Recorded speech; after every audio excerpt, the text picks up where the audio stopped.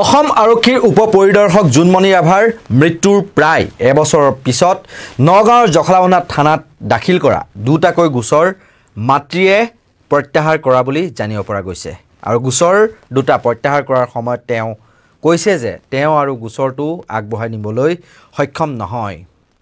আৰক্ষী বিষয়াগৰাকী মাতৃয়ে দাখিল কৰা 84/23 আৰু 87/23 নং যি দুটা গোচৰ তেতিয়া নগাঁৱত নিযুক্ত একাংশ শীৰ্ষ আৰক্ষী বিষয়াৰ নাম সন্দেহযুক্ত হিচাপে উল্লেখ কৰিছিল। উল্লেখ্য যে ৰাভাৰ মৃত্যুৰ সৈতে জড়িত গোচৰসমূহ CBI তদন্ত কৰিছিল। হত্যা আত্মহত্যা একোৱেই নহয়, দুৰ্ঘটনাতে মৃত্যু হৈছিল SI জুনমণি ৰাভাৰ।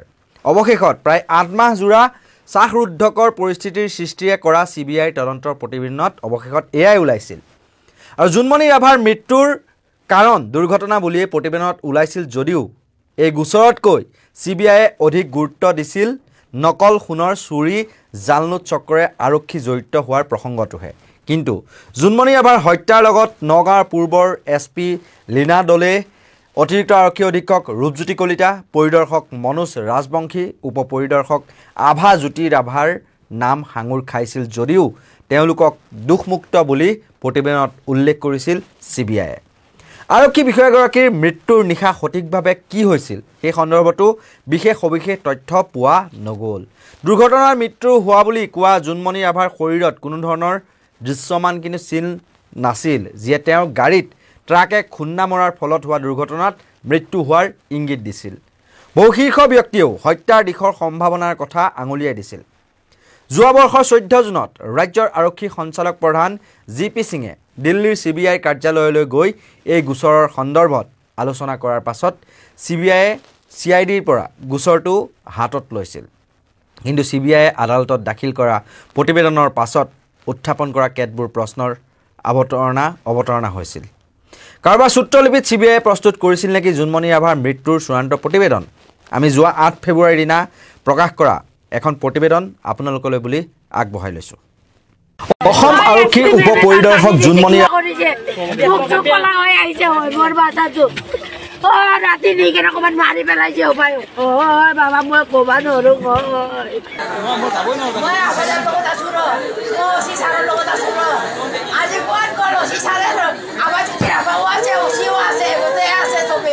হত্যা আত্মহত্যা একোৱেই নহয়, দুৰ্ঘটনাতে মৃত্যু হৈছিল SI জুনমণি ৰাভাৰ।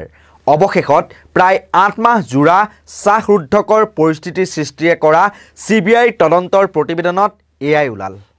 জুনমণি ৰাভাৰ মৃত্যুৰ কাৰণ দুৰ্ঘটনা বুলিয়েই প্ৰতিবেদনত ওলাল যদিও এই গোচৰতকৈ CBIয়ে অধিক গুৰুত্ব দিলে নকল সোণৰ চুৰি জালনোট চক্ৰৰে আৰক্ষী জড়িত হোৱাৰ প্ৰসংগটো। কিন্তু জুনমণি ৰাভাৰ হত্যাৰ লগত নগাঁৱৰ পূৰ্বৰ SP লীনা দলে, অতিৰিক্ত আৰক্ষী অধীক্ষক ৰূপজ্যোতি কলিতা, পৰিদৰ্শক মনোজ ৰাজবংশী, উপ পৰিদৰ্শক আভা জ্যোতি ৰাভাৰ নাম যি হত্যাৰ লগত সাঙুৰ খাইছিল যদিও তেওঁলোকক দুখমুক্ত বুলিয়েই প্ৰতিবেদনত উল্লেখ কৰা বুলি সৰ্বত্ৰে এতিয়া চৰ্চা চলিছে।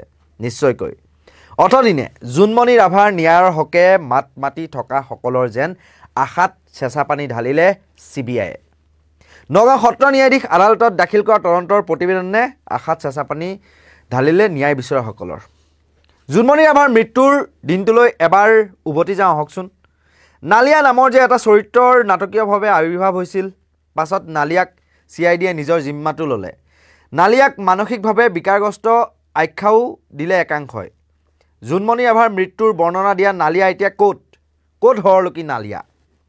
দুৰ্ঘটনা সংঘটিত কৰা কণ্টেইনাৰখনৰ চালক সুমিত কুমাৰৰ কথা CBIৰ প্ৰতিবেদনত স্থান পালেনে? এইজন সুমিত কুমাৰেই নাটকীয়ভাৱে জখলাবন্ধা থানাত আত্মসমৰ্পণ কৰা নাছিলনে? কিন্তু একেই নাটকীয়ভাৱে সুমিত কুমাৰে গ্ৰেপ্তাৰৰ পাছত 3 দিন জেলত থাকি মুকলি হৈ উত্তৰ প্ৰদেশ পালেগৈ। ক'ত হেৰাল হাছিনা বেগম নামৰ মহিলাগৰাকী?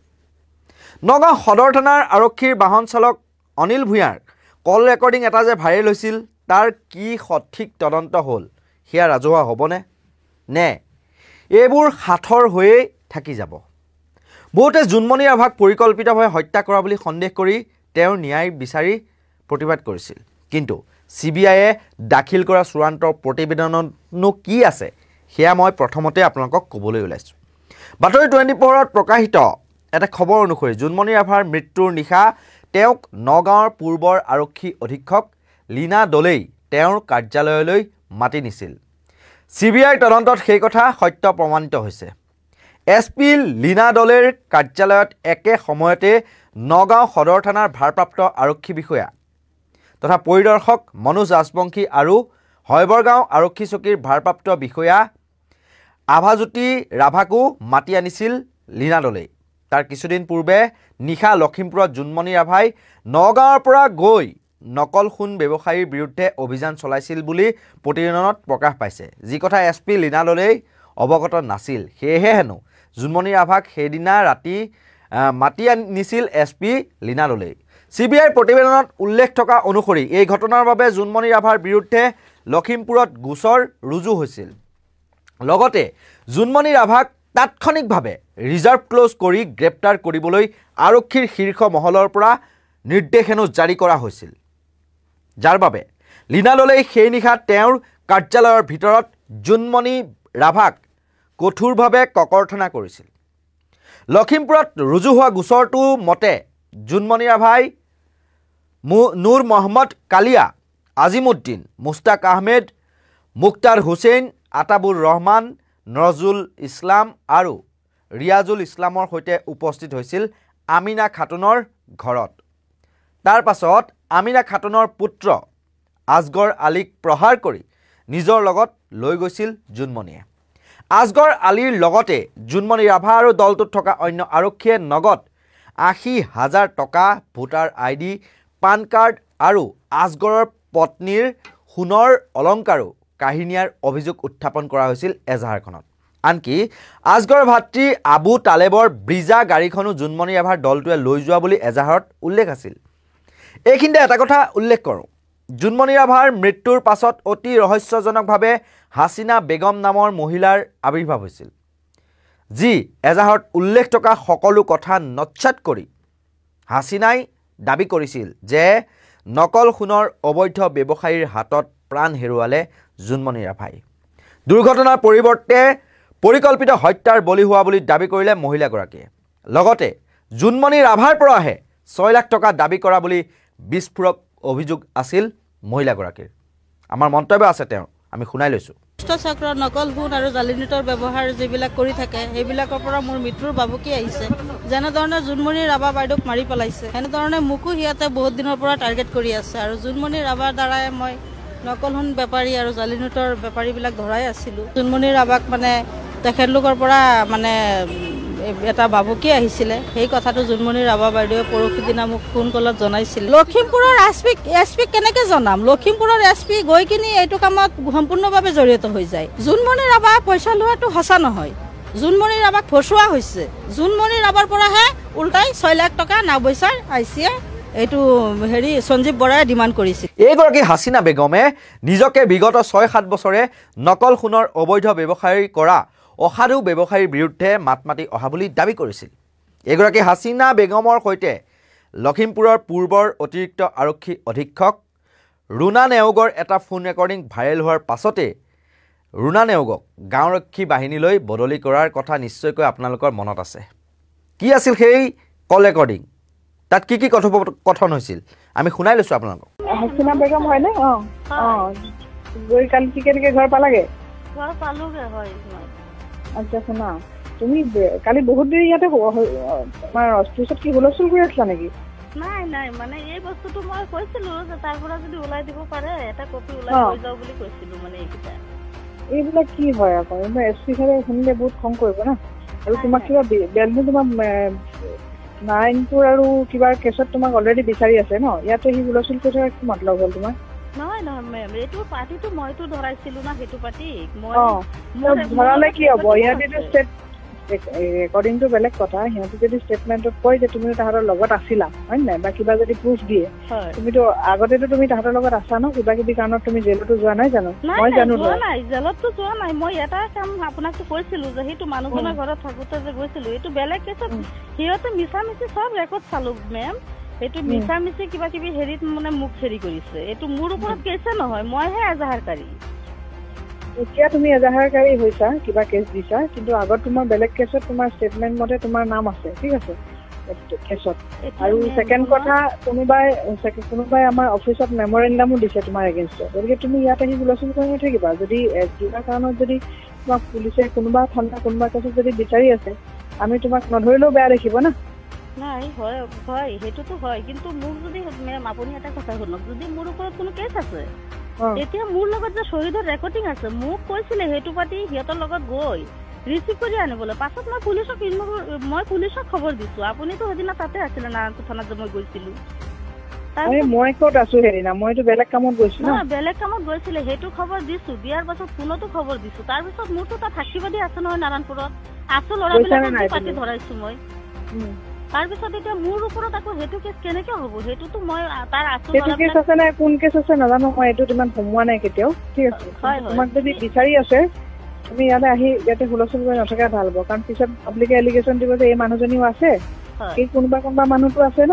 এছ পি অফিচৰ মুখৰ আগত কেনেকে ঘূৰি থাকিব পাৰে? মানুহজনী যদি এৰেষ্টে হ'ব লাগে, মানুহজনী যদি কেছে আছে, আমি তেতিয়া নধৰিলে বেয়া নেদেখিব। সেইটোতো হয় বাৰু। সেইটো কাৰণে তোমাক মই ক'লো দেই। ঠিক আছে মেম, এনেকুৱা যদি কিছুমান মোৰ হাতত তথ্য আছে, মই নাৰায়ণপুৰৰ অচিক নিজে ফোন কৰি মানুহ ধৰাইছো, তাতো মোৰ যদি কেছ হয় তেতিয়া নাৰায়ণপুৰ অচিৰ ওপৰত কি হ'ব লাগে মই এইটো জনাম। আৰু ওপৰত মোৰ যদি কেছ আছে, মোক যদি বিচাৰি আছে, তেতিয়াতো কেনেকে মোৰ ওপৰত কেছটো ল'লে? মই পাৰ্টিটো ধৰালো। তোমাৰ ওপৰতে কোনো কেছ নাই, কিন্তু তোমাৰ যিবিলাক মানুহ তুমি এগেইনষ্টে সিহঁতৰ কিবা ষ্টেটমেণ্টত তোমাৰ নাম আহিব পাৰে নহয়, ঠিক আছে। তুমি আগতে তুমি যিমান ক'লো তুমি আগতে কিবা কিবি কেছত আছা,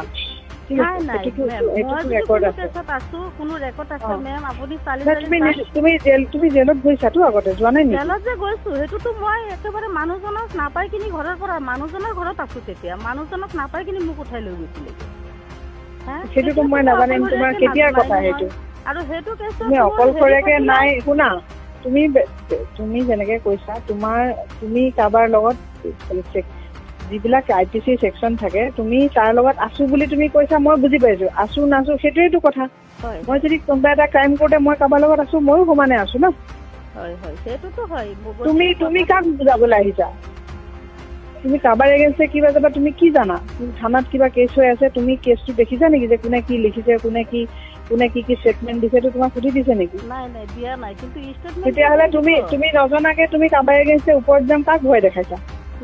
মই কিবা ভালকে শুনা, মই তোমাক ভালকে কিবা বুজাইছো, মোৰ ক'বলগীয়াটো তোমাক কৈছো, বাকী তোমাৰ কথা, ঠিক আছে। মই তোমাৰ লগত কথা পাতি থাকিবলৈ কোনো মোক দৰকাৰ নপৰে। মেম কালি যে মই এজাহাৰ এখন দিলো, এই এজাহাৰখনৰ মোৰ জেৰক্স কপি এটাতো নাপালো, এতিয়া ক'ত পাম বাৰু মেম? এইটো তুমি কাক দিছা এইটো মই কেনেকে জানিম? মইতো যিটো দিছা এইটো পঠাই দিছো, ঠিক আছে। তোমাৰ মুখৰ আগতে মই পঠাই দিয়া নাই জানো? কিন্তু হাছিনা বেগমৰ এতিয়া কোনো খা খবৰেই দেখোন নোহোৱা হ'ল। এইখিনি পুনৰ এবাৰ মই উভতি আহিছোঁ কালি CBI দাখিল কৰা চূড়ান্ত প্ৰতিবেদনটোলৈ। প্ৰতিবেদন অনুসৰি হেনো নিজৰ গ্ৰেপ্তাৰৰ কথা জোনমণি ৰাভাই নিশ্চিত হৈছিল। আনকি লখিমপুৰৰ পৰা তেওঁক নিবলৈ বা আটক কৰিবলৈ আৰক্ষীৰ এটা দল আহি থকা বুলিও তেওঁ জানিব পাৰিছিল। নিশা SPৰ কাৰ্যালয়ৰ পৰা জোনমণি ৰাভা ওলাই আহিছিল তেওঁৰ যিখন এক্সপ্ৰেছো বাহন, মাৰুতি এক্সপ্ৰেছো বাহন লৈ। লগতে মনোজ ৰাজবংশী আৰু আভাজ্যোতি ৰাভাও আছিল। তেওঁলোক সেই সময়খিনি একেলগে থকাৰ কথা তেওঁলোকৰ মোবাইল ফোনৰ স্থিতি, যিটো স্থিতি সেয়াই প্ৰমাণ কৰিছে বুলি CBI প্ৰতিবেদনত প্ৰকাশ পাইছে। কিন্তু ক'ত বা কোনখিনি ঠাইত তেওঁলোকৰ লগ এৰাই দি হ'ল, পৰিদৰ্শক মনোজ ৰাজবংশী আৰু উপ পৰিদৰ্শক আভাজ্যোতি ৰাভাই ক'ত লগ এৰি হ'ল সেই কথা কিন্তু উল্লেখ কৰাৰ কথা আমাৰ জ্ঞাত নহয়। ভাবকচোন, জোনমণি ৰাভাৰ মাৰুতি এক্সপ্ৰেছো বাহনখনেৰে 16 মেৰ নিশা দপদপীয়া বৰষুণৰ মাজতে 90 কিলোমিটাৰ গতিবেগত নগাঁও সদৰ থানাৰ পৰা প্ৰায় 50 কিলোমিটাৰ দূৰত থকা সৰুবগীয়াত দুৰ্ঘটনাগ্ৰস্ত হ'লগৈ। ৰ'ব এইখিনি এটা কথা মনটোত উকমুকনি লৈছে। মানি ল'লোঁ জোনমণি ৰাভা দোষী আছিল, দোষী তেওঁক নিবলৈ লখিমপুৰৰ পৰা আৰক্ষীৰ দল 16 মেৰ নিশা আহি আছিল। এইসমূহ জানি শুনিও কিয় জোনমণি ৰাভাক মাৰুতি বাহনখন লৈ অকলে ওলাই যাবলৈ দিয়া হ'ল SP কাৰ্যালয়ৰ পৰা? কিয় সেয়া তদাৰক কৰা নহ'ল? যদি তাৎক্ষণিকভাৱে ৰিজাৰ্ভ ক্ল'জ কৰি জোনমণি ৰাভাক শীৰ্ষ মহলৰ পৰা গ্ৰেপ্তাৰৰ বাবে নিৰ্দেশ আছিলেই, তেন্তে কিয় দুপাল পিতা বৰষুণৰ মাজতে নিজৰ বাহনেৰে ওলাই যাব পাৰিলে জোনমণি ৰাভা?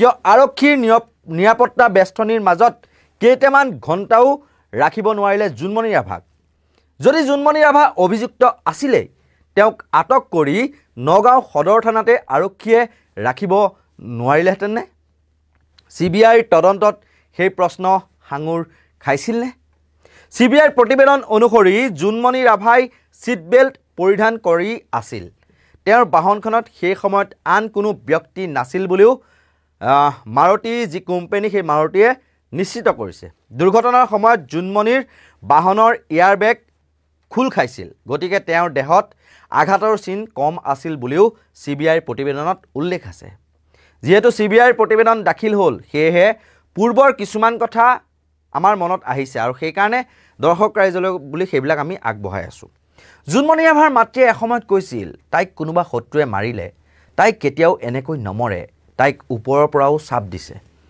ইমান আশা আকাংক্ষা থকা মানুহ কেতিয়াও এনেকৈ মৰিব নোৱাৰে তাইক মাৰিলে তাৰ পিছত আৰু এক বিস্ফোৰক অভিযোগ তুলিছিল জোনমণি ৰাভাৰ মাতৃয়ে তেওঁ কৈছিল ৰডেৰে মৰিয়াই হত্যা কৰা হৈছে জোনমণিক দেহৰ বিভিন্ন অংশত ৰডেৰে প্ৰহাৰ কৰা দাগ স্পষ্ট বুলি দাবী আছিল মাতৃৰ কি আছিল সেই দুটা বিশেষ মন্তব্য আমি আপোনালোকলৈ আগবঢ়াইছো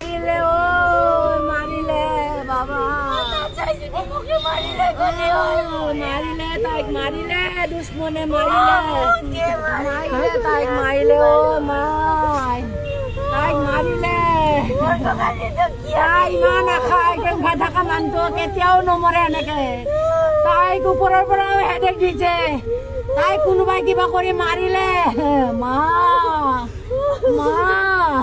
মই কাক লৈ যাম বেটা কোনে খাব বাচ্চা মই ডেড বডি আনিব গৈছিলো কৈ দিয়া SP মেমে তাক গালি দিছে কিবা কৰিছে চুপ কলা হৈ আহিছে মোৰ বাচ্চাটো ৰাতি নি কেনে ক'ৰবাত মাৰি পেলাইছে বাবা মই ক'ব নোৱাৰো জোনমণি ৰাভাৰ মৰণোত্তৰ পৰীক্ষাৰ ৰিপৰ্ট অনুসৰি জোনমণিৰ দেহৰ ৰাজহাড় ভঙা আছে মূৰৰ পাছফালে আছে আঘাত আঁঠু ভৰি আৰু কিলাকুটিটো হাতৰ কিলাকুটিটো আছে আঘাত এই মৰণোত্তৰ পৰীক্ষাৰ প্ৰতিবেদন প্ৰকাশ হোৱাৰ পাছতেই জোনমণি ৰাভাৰ তদন্ত কিমান সঠিক পথেৰে আগবাঢ়িছে তাক লৈ সৃষ্টি হৈছিল অলেখ বিতৰ্কৰ এটা বিতৰ্ক আমাৰ মাজত আছে জোনমণি ৰাভাৰ মৰণোত্তৰ পৰীক্ষাৰ ফলাফল হেনো জনা শুনা অভিজ্ঞ চিকিৎসকে কৰা নাছিল এই বুলিও মন্তব্য কৰিছিল গুৱাহাটী চিকিৎসা মহাবিদ্যালয়ৰ ফৰেনচিক বিভাগৰ প্ৰাক্তন মুৰব্বী অধ্যাপক ডাক্তৰ প্ৰতাপ চন্দ্ৰ শৰ্মাই এনেকেতো নহয় লেফ্ট ফোरहेড বুলি কথা নাই ৰাইট ফোरहेড বুলি কথা নাই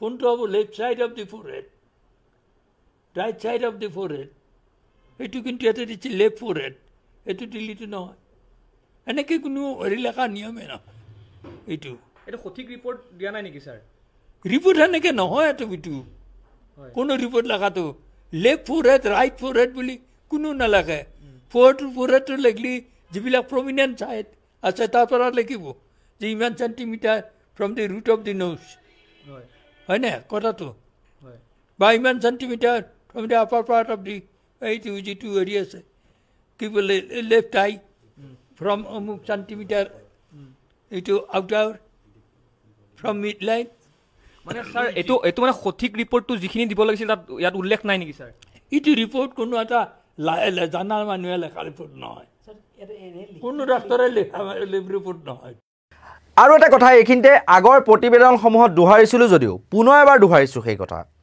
দোহাৰৰ প্ৰয়োজন আছে এইবোৰ কথা ছ'চিয়েল মিডিয়াত ভাইৰেল হোৱাৰ লগতে সংবাদ মাধ্যমত প্ৰচাৰ হৈছিল নগাঁও সদৰ থানাৰ আৰক্ষীৰ বাহন চালক অনিল ভূঞাৰ এটা বিস্ফোৰক কল ৰেকৰ্ডিঙৰ বিষয় লৈ প্ৰথমতে সেইটো কোনো অজ্ঞাত লোকৰ বুলি বিবেচিত হৈছিল যদিও পাছত নগাঁও সদৰ থানাৰ ড্ৰাইভাৰ অনিল ভূঞাৰ বুলি তেওঁ নিজেই স্বীকাৰ কৰিছিল প্ৰথমে পুনৰ সেই কল ৰেকৰ্ডিং আমি দৰ্শক ৰাইজলৈ বুলি আগবঢ়াইছোঁ জোনমণি মৰা আগত তাই নগাঁৱত 3 পাকমান ঘূৰিছে তাই গাড়ীত কোন আছিলে জানো কোন আছিলে বা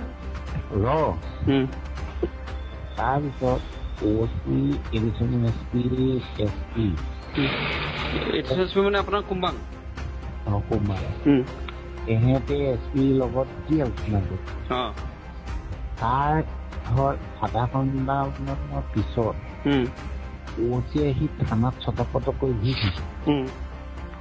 ইফালে গৈছে সিফালে গৈছে মানে জোনমণি মৰাৰ পিছত নাই আগত ইয়াৰ আগৰ কথা ইফালে গৈছে সিফালে গৈছে ড্ৰাইভাৰ মাতিছে তাৰপিছত PSO নাই তাত নিতুল বৰা বুলি ইডি এটা লৈ পেলাই অচি ওলাই গুচি গ'ল নিতুল বৰা কোন হয় সি এই ইডি চিপাহী বেছিকৈ লাহে লাহে মানে মই ঘৰত অকলে আছো কওক মোৰ লগতে আছো ইয়াত লাউড স্পীকাৰ দি দিছো তাৰপিছত লৈ পেলাই সি গুচি গ'ল বৰঘাট তাৰ অচিয়ে প্ৰত্যেকখন থানা গেট বন্ধ কৰিবলৈ দিছিলে ওলাই গৈ পেলাই সি বৰঘাটৰ পৰা ৰখা পালে ৰখা পাই আকৌ বৰঘাট পালে বৰঘাটৰ পৰা ড্ৰাইভাৰটো ঘূৰি আহিলে অহাৰ পিছত ধৰ তেতিয়া কেইটা পাইছিলে ন টাইমবিলাক কৈ দিবি আৰু ধুনীয়াকৈ মিলে তাইও সুখ এটা পাব লাগেতো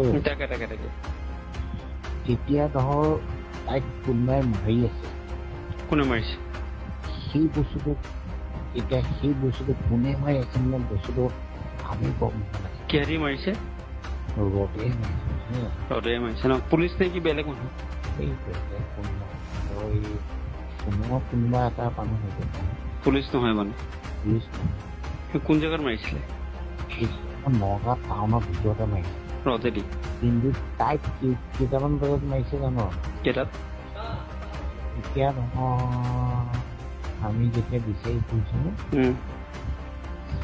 12টামান ৰাতি 12টামান ভিতৰত মাৰি পেলাই তাইক ৰজেদি কোনোবাই মাৰিছে মানে পুলিচ নহয় বেলেগে মাৰিছে তেতিয়া মানে কৈছি মই আগতে তাই মানে কোনে ফোন কৰিছে আমাৰ অচিয়ে কি কৈছে এছপি ফোন কৰি কি কৈছে কি কৈছে সি মানে সি নিজে একদম বলিয়া নিচিনা দিছেতো তাৰপিছত 12:15 তাই ৰিজাৰ্ভ কৰিছে অৰ্ডাৰ এটা আহিছে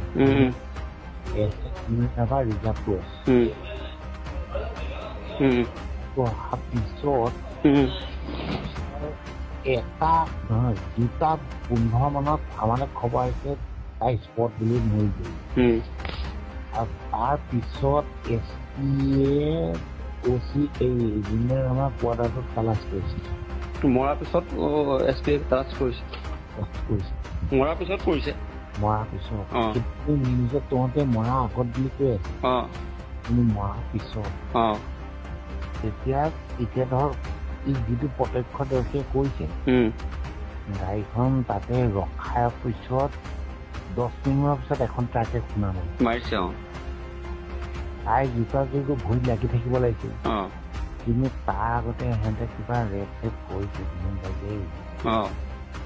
দুটা মানুহ আছে কোন কোন বা এতিয়া সেইকেইটা এতিয়া কোন মানে পুলিচৰ মানুহ নে বেলেগৰ মানুহ এইটো পাব্লিক হ'ব না কিন্তু মাকে যে আপোনাৰ কৈ আছে ৰাভা কথা যে কৈ আছে কোন এইটো কোন আছে জানো কোন সৰ্বঙা থানা আহিছিল যে আভা সি আছিল নেকি সেই সময় মৰাৰ সময়ত লগত তাইৰ লগত আছে মৰাৰ সময়ত তাই মাকেও কৈছেতো মাকেও কৈ আছে মাকেও কৈ আছে কিন্তু এই বস্তুটো ৰাভাৰ লগত আছে মানে তাই যেতিয়া মৰিছে তাই ৰাভাৰ লগত আছিল ন ৰাভাৰ লগত আছে ৰাভাই মাৰিছে নেকি বাৰু যদি এই বস্তুটো মিডিয়াত দি দিয়ে দিম বাৰু কিন্তু কথাটো এই বস্তুটো সত্য শুদ্ধটো আমি ওলাব লাগিব না কথাটো বেয়া হৈছে নহয় এই ছোৱালীজনী বহুত সাহসী ছোৱালী আৰু বহুত ভাল আছে চবৰে লগত মানে তাই মানে এনেকুৱা ক্লাছ কৰে নহয় মানে বহুত ধুনীয়া ইয়াৰ ৰহস্যত আমাৰ পুলিচ এই গোটেইকেইটা জড়িত আছে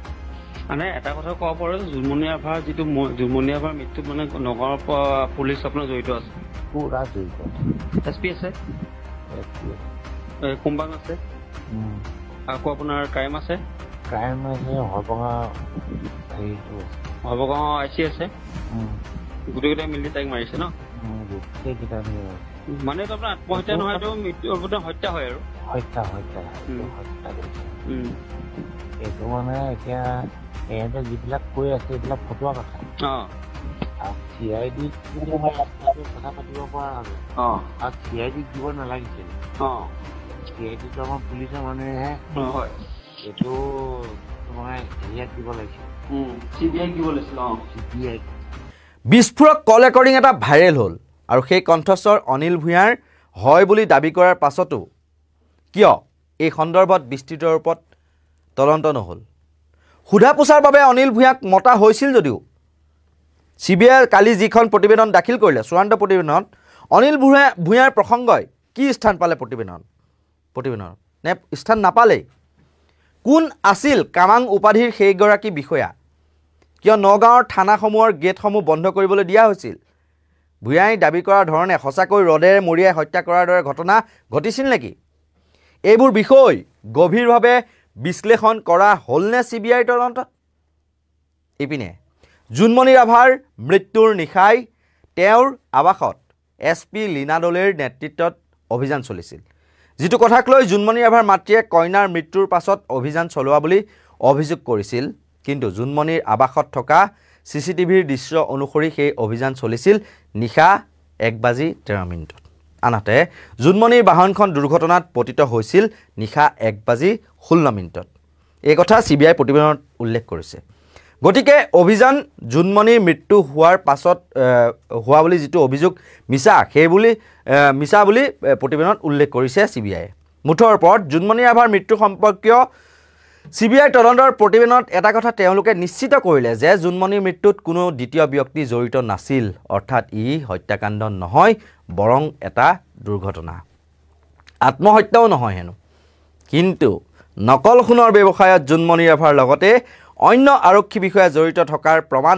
ভালদৰেই পালে CBIৰ প্ৰতিবেদনত উল্লেখ থকা অনুসৰি জুনমণি ৰাভাই নগাঁও থানাত ৰুজু হোৱা নকল সোণৰ বেহা সম্পৰ্কীয় গোচৰত লখিমপুৰত অভিযান চলোৱা বিষয়টোত মনোজ ৰাজবংশী আৰু নগাঁৱৰ তেতিয়াৰ অতিৰিক্ত আৰক্ষী অধীক্ষক ৰূপজ্যোতি কলিতাৰ নাম সাঙুৰ খাইছিল জুনমণি ৰাভাই লখিমপুৰ আৰক্ষীয়ে নজনাকৈ লখিমপুৰত অভিযান চলোৱাৰ কথা ASP ৰূপজ্যোতি কলিতা আৰু পৰিদৰ্শক বা OC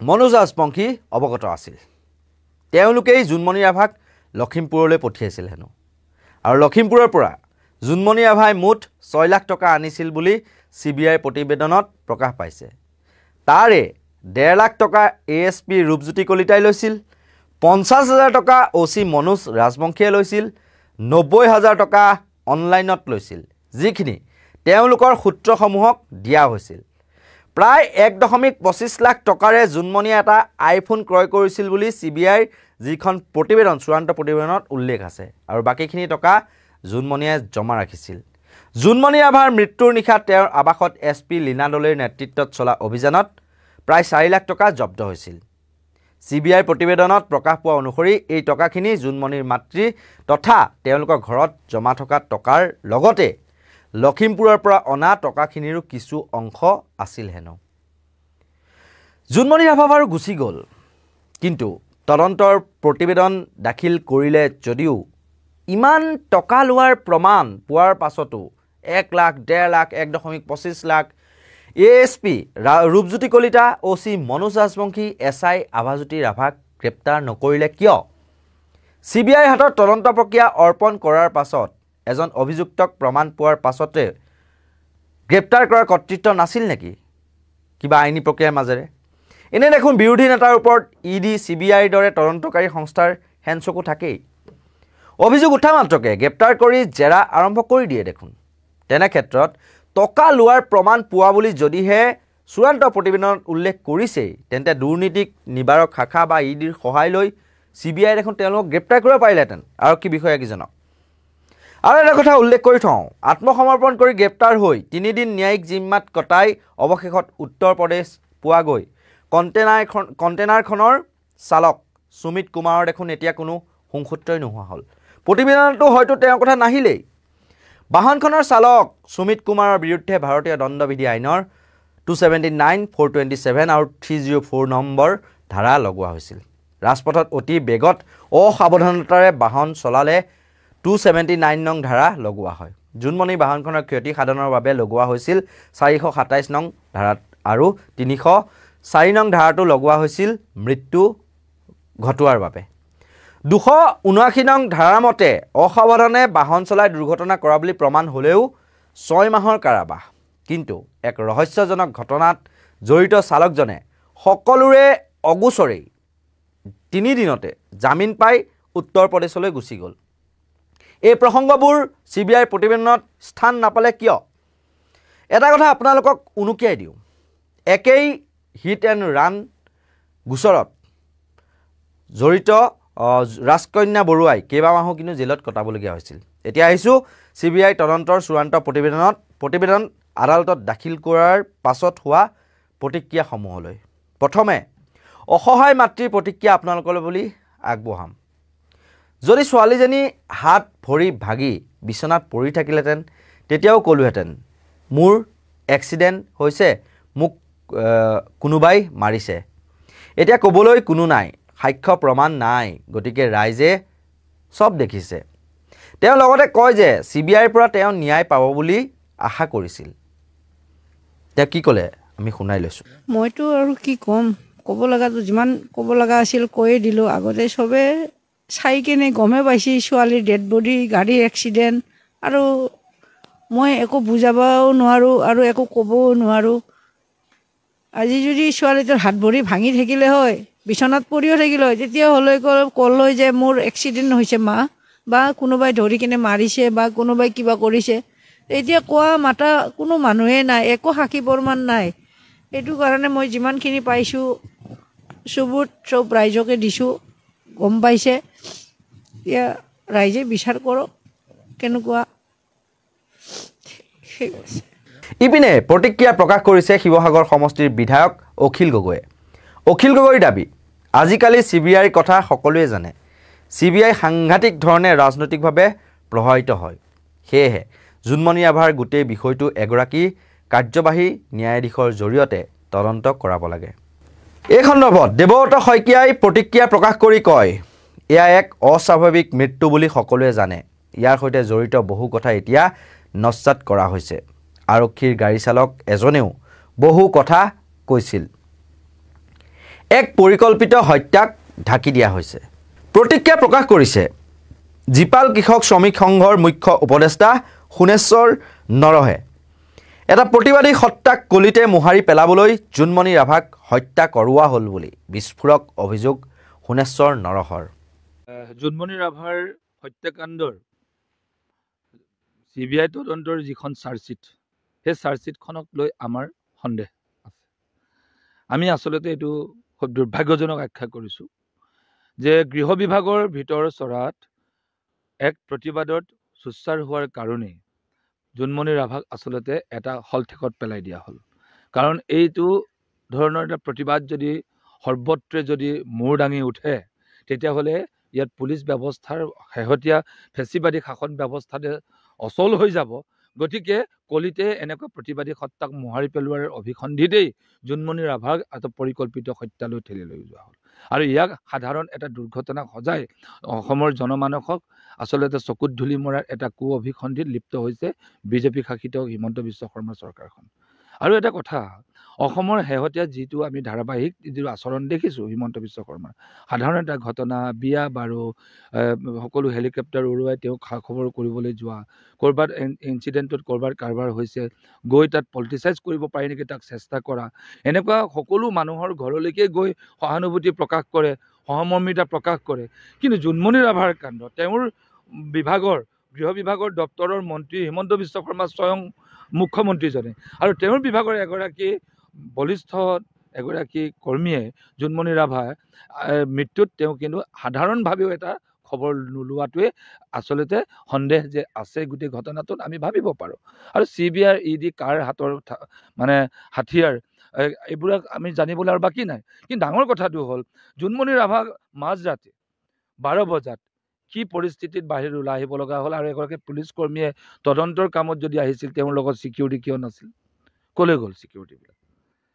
নিশ্চিতভাৱে এটা পৰিকল্পিত কোনো ধৰণৰ তেওঁ অপাৰেশ্যনৰ কাৰণতে যোৱা নাই, কোনো থানাত কোনো ৰেকৰ্ড নাই তেওঁৰ শেহতীয়া ক'তো যেন তেওঁৰ ইনভেষ্টিগেশ্যনৰ কাৰণে।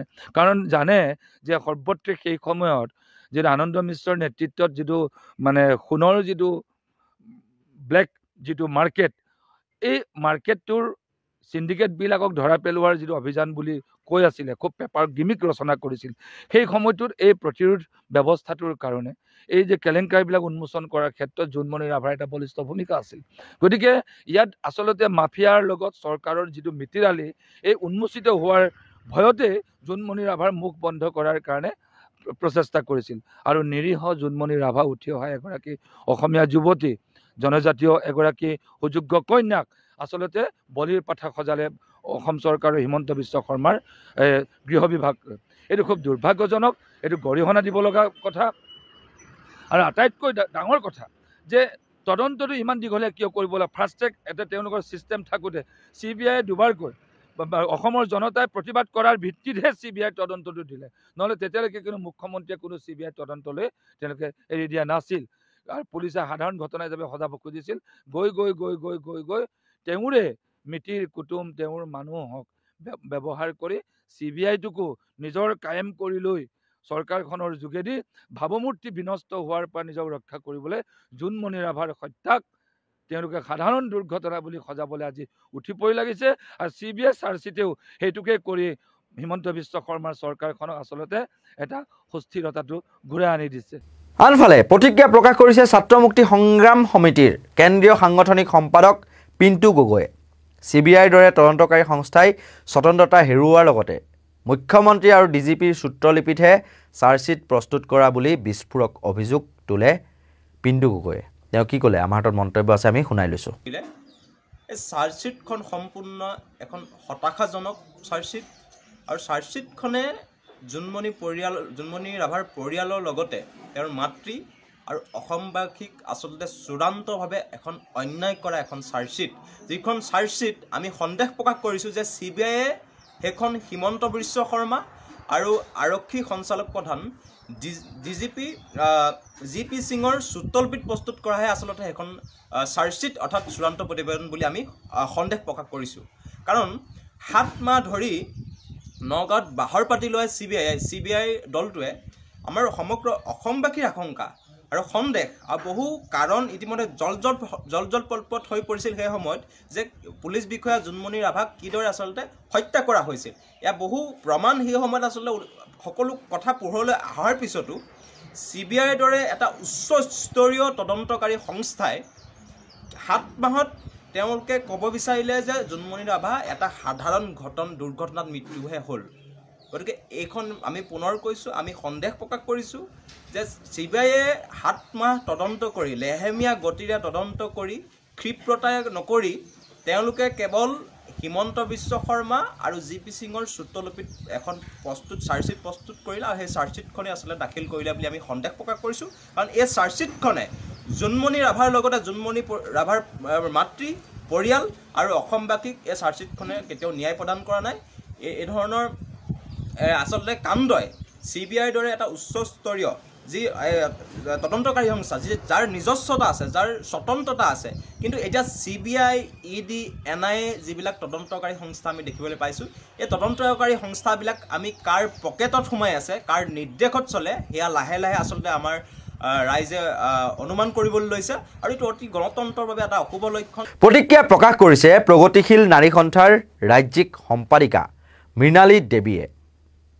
তেওঁনো কি ক'লে আমি আপোনালোকৰ বুলি আগবঢ়াইছোঁ।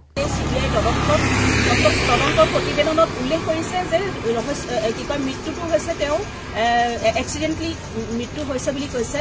কিন্তু আমি এই ক্ষেত্ৰত আমি সদৌ প্ৰগতিশীল নাৰী সন্থা এইটো আমি কৈছোঁ যে এইটো দুৰ্ভাগ্যজনক। কাৰণ CBI এটা কেন্দ্ৰীয় এটা সংস্থা, এটা চেণ্ট্ৰেল সংস্থা হৈ পেলাই এই সংস্থাটোৱে আমি ভাবিছিলোঁ এটা ন্যায় প্ৰদান কৰিব। কিন্তু আমি দেখিছোঁ যে আজি হিমন্ত বিশ্ব শৰ্মা যেতিয়া জোনমণি ৰাভাৰ ঘটনা সংঘটিত হৈছিলে, অসমৰ কেউফালে সকলো ৰাইজে প্ৰতিবাদ সাব্যস্ত কৰিছিল। সেই প্ৰতিবাদ সাব্যস্ত কৰাৰ সময়ত অসমৰ মুখ্যমন্ত্ৰী হিমন্ত বিশ্ব শৰ্মাই এতিয়া কৈছিলে শেহতীয়াকৈ যে CBI তদন্ত হ'ব লাগে। আমি দেখিলো যে সেই CBI তদন্তটো এটা ৰহস্যজনক তেওঁ যিটো উঠি দিছিল আৰু সেইটোৱে হৈছিল কিন্তু আমি তেতিয়া সেই সময়ত আমি কৈছিলো যে ন্যায়িক তদন্ত হ'ব লাগে কিন্তু ন্যায়িক তদন্তৰ বিপৰীতে CBI যি তদন্ত হ'ল এই তদন্তটোৱে একদম আজি সেই ক্ষেত্ৰতে আমি ক'ব বিচাৰিছো যে ৰহস্যজনক আৰু এই ক্ষেত্ৰত আমি ক'ব বিচাৰিছো ইতিমধ্যে অসম চৰকাৰ তথা হিমন্ত বিশ্ব শৰ্মাৰ নেতৃত্বাধীন বিজেপি চৰকাৰ ইতিমধ্যে মহিলা নিৰাপত্তা দিয়াত যে ব্যৰ্থ হৈছে এইটো আমি আজি জোনমণি ৰাভাৰ ঘটনাই শেহতীয়াকৈ প্ৰমাণ কৰিছে আৰু আমি ক'ব বিচাৰিছো যে জোনমণি ৰাভাৰ যি CBI তদন্ত নহয় আমি এতিয়াও ক'ব বিচাৰিছো ডিমাণ্ড কৰিব বিচাৰিছো যে এইটো ন্যায়িক তদন্ত হ'ব লাগে কাৰণ এই যি অপৰাধী হিচাপে লীনা দলে আছিলে এই লীনা দলে কিয় হেৰি কৰা হৈছে লীনা দলে কিয় আউটত আনিব নোৱাৰিলে লীনা দলে কিয় অপৰাধী সজাব নোৱাৰিলে আজি ইমান ঘটনা সংঘটিত হৈছে এই ঘটনাসমূহৰ মূলত হৈছে যে পুলিচ প্ৰশাসনে যে মহিলা সন্দৰ্ভত যে একো তেওঁলোকে ৰিপৰ্ট দিব নোৱাৰে একো কৰিব নোৱাৰে এইটো আজি প্ৰমাণ হৈছে এনেদৰে এতিয়া জোনমণি ৰাভাৰ মৃত্যুৰ গোচৰত CBIয়ে যি চূড়ান্ত প্ৰতিবেদন দাখিল কৰিলে তাৰ পাছতে কিছুমান সন্দেহ বা প্ৰশ্নবোধক উত্থাপিত হৈছে বা প্ৰশ্নবোধক কিছুমান ৰৈ গৈছে এই যি চূড়ান্ত প্ৰতিবেদন সেই চূড়ান্ত প্ৰতিবেদনত এনেকুৱা ধৰণৰ যিসমূহ বিশ্লেষণাত্মক বা বাতৰি বা নিৰপেক্ষ